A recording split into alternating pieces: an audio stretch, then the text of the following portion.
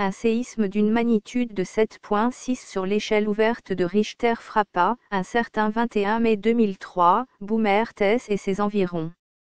Nul ne peut oublier un si terrible cataclysme, qui avait fait près de 3000 morts, 10 000 blessés, et détruit des cités entières et fait 200 000 sans-abri. La ville de Boumerdès était la Sodome et Gomorrhe d'Algérie, avait été entièrement détruite par un séisme et surtout l'usine de bière Saltna a été détruite et des centaines de travailleurs de cette usine ont été tués. Le frère du génocidaire le général Belker a été tué lors de ce séisme. En 2003, les murs des bâtiments étaient très fins et n'avaient pas de fondation métallique, les immeubles ont été construits en plâtre et sans fondation en acier. Ceux qui ont construit cette ville étaient des crapules et des criminels, c'était une fausse ville en carton-pâte comme les décors de Hollywood. Dans cette ville il y avait les enfants des élites corrompues algériennes et et Dieu les a balayés de leur propre faute car ils ont construit des bâtiments sans contrôle qualité ne respectant pas les normes sismiques, ces immeubles ont été une escroquerie, bref une ville d'escrocs est morte de son escroquerie. Une ville de criminels a été détruite par sa cupidité et sa malhonnêteté.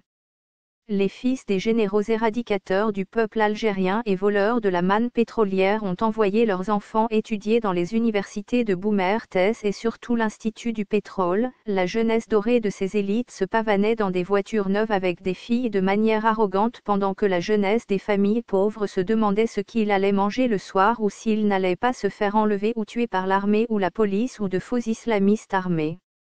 Il est difficile de dire si ce séisme était d'origine humaine ou naturelle donc divine.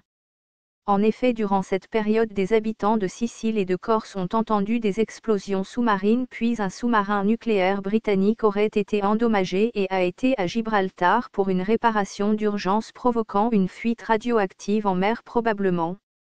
Enfin, des habitants de Boumerdès ont vu une explosion sous-marine en face de la plage de Boumerdès, ils ont vu du feu sous l'eau, ce feu aurait pu être une bombe sous-marine ou une explosion volcanique sous-marine. En Algérie, il y a eu aussi des tremblements de terre suite à des forages pétroliers par des bateaux.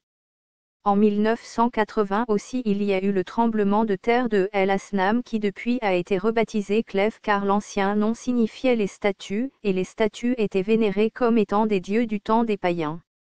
Là aussi les habitants de El Asnam ont été accusés d'avoir provoqué la colère d'Allah par leur comportement, certains voulant redevenir des paganistes et adorer des montagnes ou des statues ou des tombes.